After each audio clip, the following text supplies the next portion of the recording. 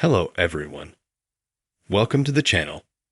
Now in this video I will show you and tell you how to fix Instagram glitches.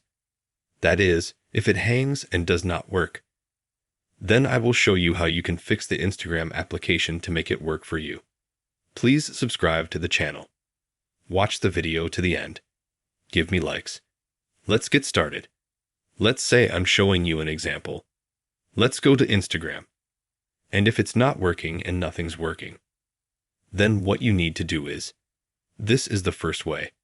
Go to Settings, scroll down, then Open Apps, then Manage Apps. Wait for this to load.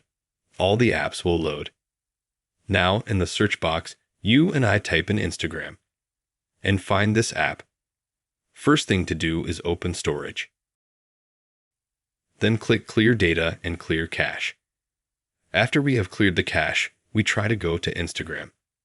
If this method does not work, then try to clear not only the cache, but try to clear data and cache. That is all together.